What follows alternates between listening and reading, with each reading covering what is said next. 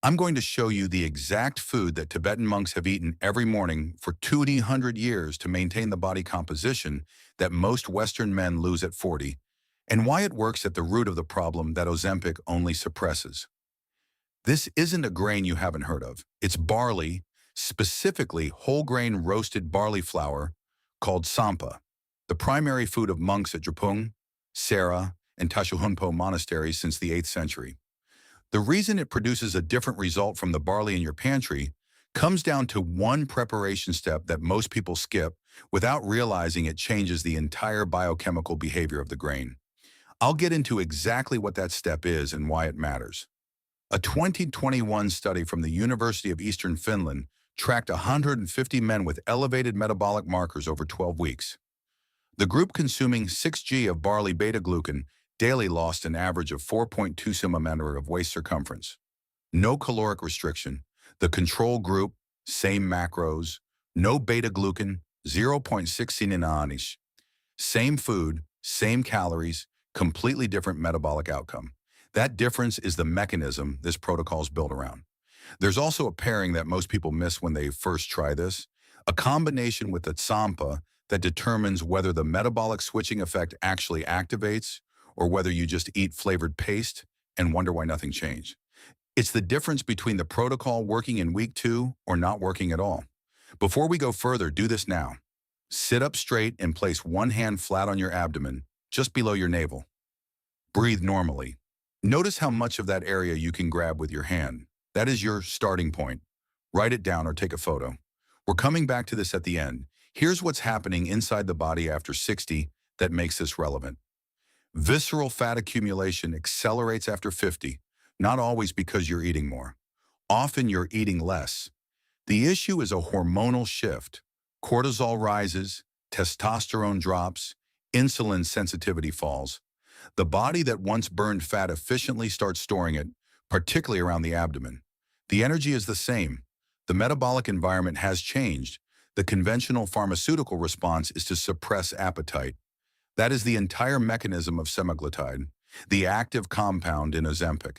It mimics GLP-1, a satiety hormone, slows gastric emptying, and reduces the neurological signal to eat. And it works while you take it. A 2022 meta-analysis published in The Lancet confirmed that semaglutide users regain an average of 2/3 of the lost weight within 1 year of stopping because semaglutide never modified the hormonal environment that created the accumulation. It muted the signal. There's a second problem with the GLP-1 approach that the prescribing information documents clearly. 30 to 40% of the weight lost on semaglutide comes from lean muscle mass, not fat. For a man over 60, losing muscle while losing fat is not a trade-off. It's a net metabolic loss. You're accelerating sarcopenia, reducing your resting metabolic rate, and making the rebound weight gain faster and harder to reverse than if you had started with more muscle. Sampa does not suppress appetite. It changes what the gut does with carbohydrates. The active compound is beta-glucan. Not all grains contain it in meaningful concentration, and not all preparations of barley deliver it in bioavailable form.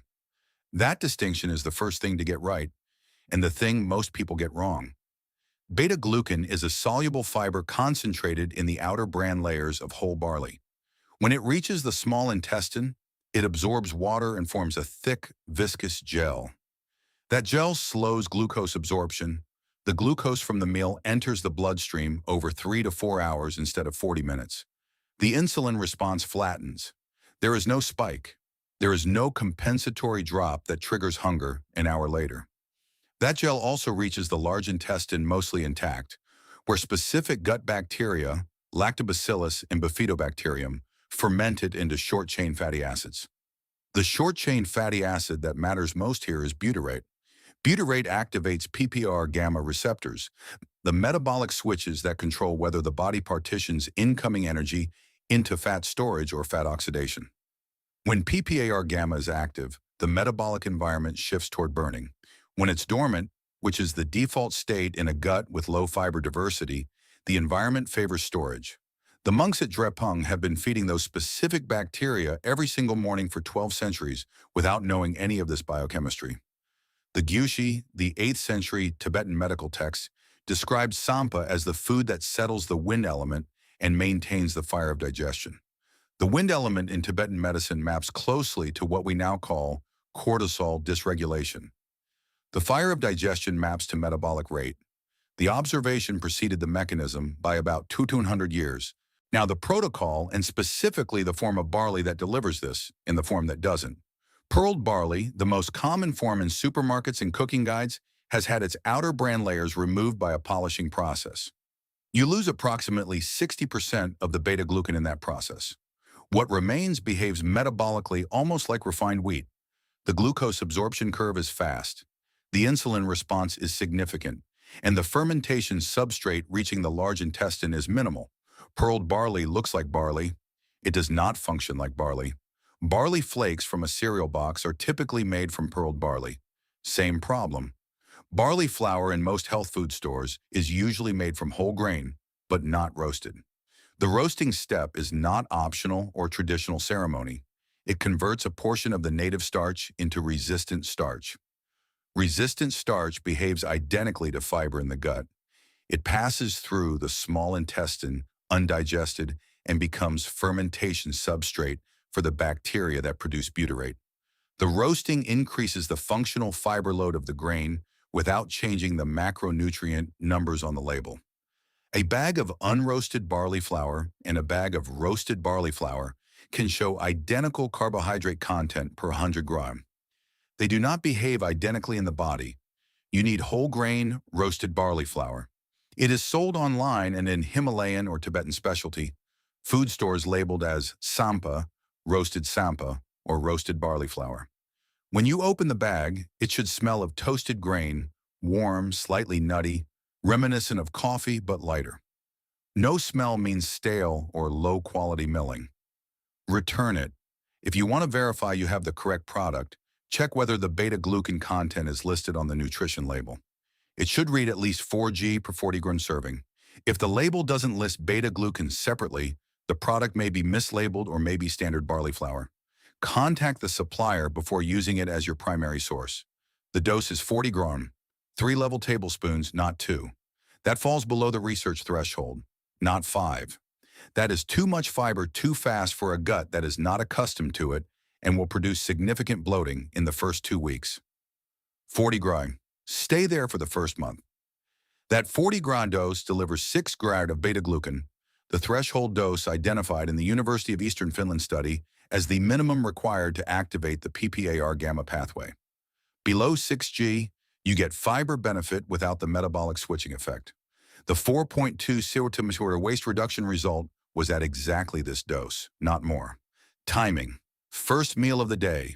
Cortisol peaks in the first 90 minutes after waking. In men over 50, that cortisol peak is often elevated and prolonged relative to younger men. Consuming beta-glucan at the first meal blunts the post-meal insulin response at the window, when insulin sensitivity is naturally lowest, the early morning. You are front-loading the metabolic regulation where the hormonal environment most needs it. If you shift the primary dose to dinner, the gut fermentation runs overnight while you sleep, and the short-chain fatty acids peak in the early morning when you are fasted. You lose the acute insulin blunting benefit at breakfast and the appetite regulation benefit through the day. Morning, first meal. That is not a preference. It is the timing that matches the circadian cortisol rhythm. Preparation. 40 grain of roasted barley flour stirred into 250 milliliters of hot water or warm bone broth until it forms a thick, cohesive paste. Add a pinch of salt. The monks in Tibet add yak butter.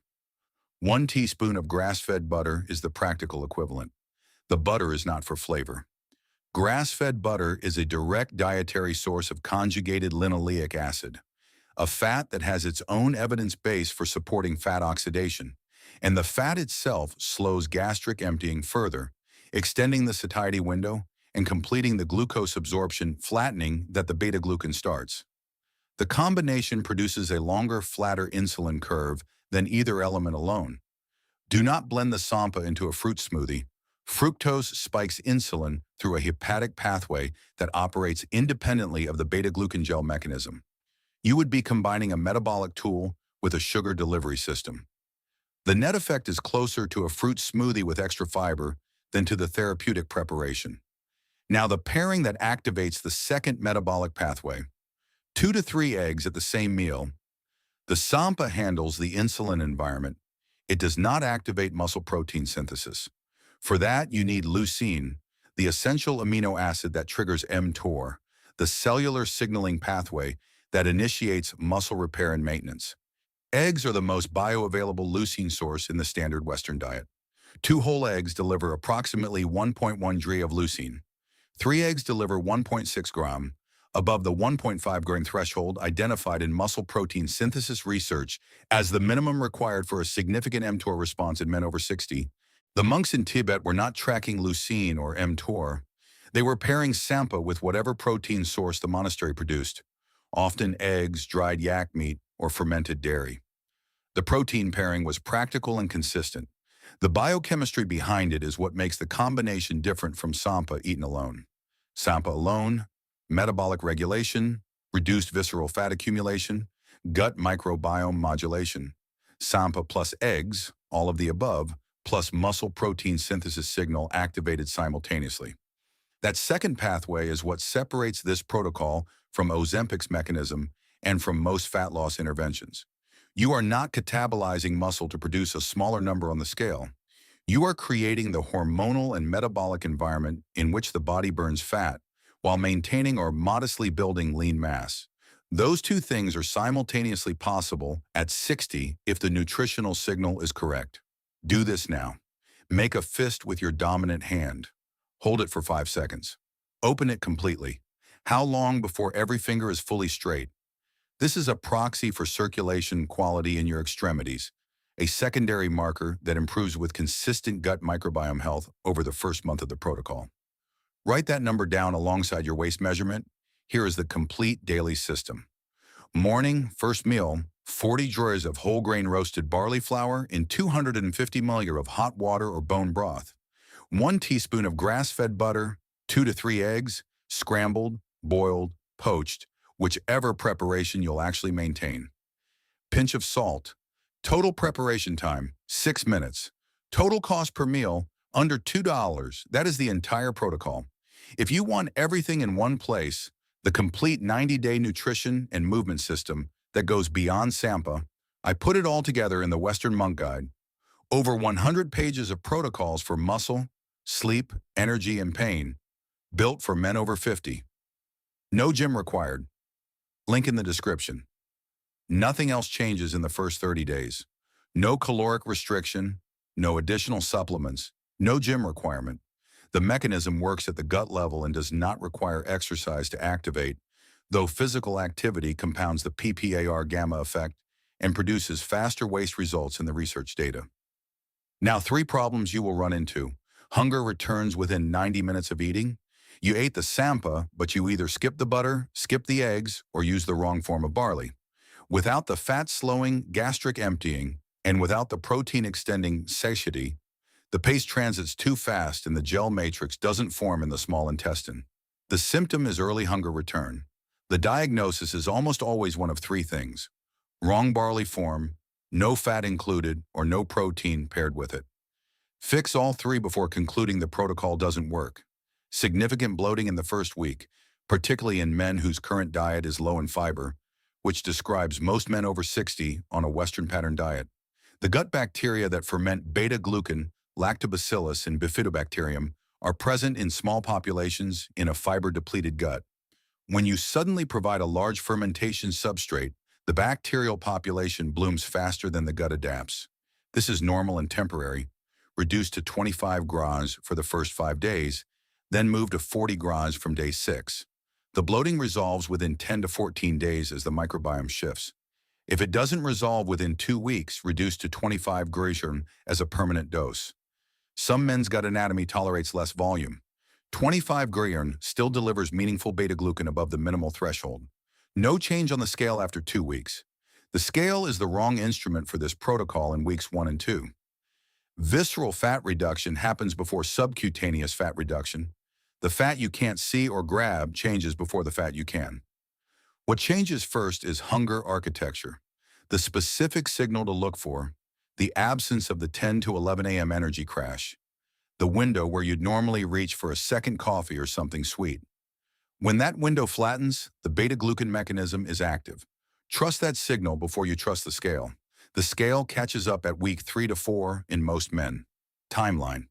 First meal, glucose curve is flat. Satiety extends longer than your typical breakfast.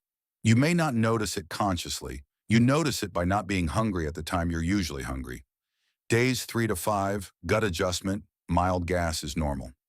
Days 7 to 10, the 10 to 11 a.m. crash either disappears or significantly reduces. That is butyrate production running. Week 2, sleep quality often improves. Short-chain fatty acids produced during overnight fermentation influence serotonin precursor availability and reduce nocturnal cortisol fluctuations. Some men notice deeper, less interrupted sleep before they notice any body composition change. Week 3 to 4, waist measurement begins to move. The research average is 2 to 4 centimeters in 30 days. Individual variation is real. Baseline gut microbiome diversity affects how fast the bacterial population shifts. Month 2 to 3, the cumulative effect builds. PPAR gamma upregulation takes 6 to 8 weeks to reach a steady state. The fat oxidation effect is greater at month 3 than at month 1 with consistent daily use. Now redo the abdominal check. Same hand placement, same position. Compare to where you started. If you began the protocol today, nothing has changed yet, but you have a baseline. Come back in 30 days with that number. That system I described at the start, one food, one preparation, one pairing, one timing, that is the complete protocol. You have it now. Tonight, find whole grain roasted barley flour. If it's not in a store near you, order it online. Look for Sampa, roasted barley flour, or Tibetan products from specialty suppliers. Verify beta-glucan content on the label before you order. Tomorrow morning, 40 ghee in 250 milliliters of hot water, 1 teaspoon of grass-fed butter, 2 to 3 eggs alongside before anything else. That is session 1. One warning before you start.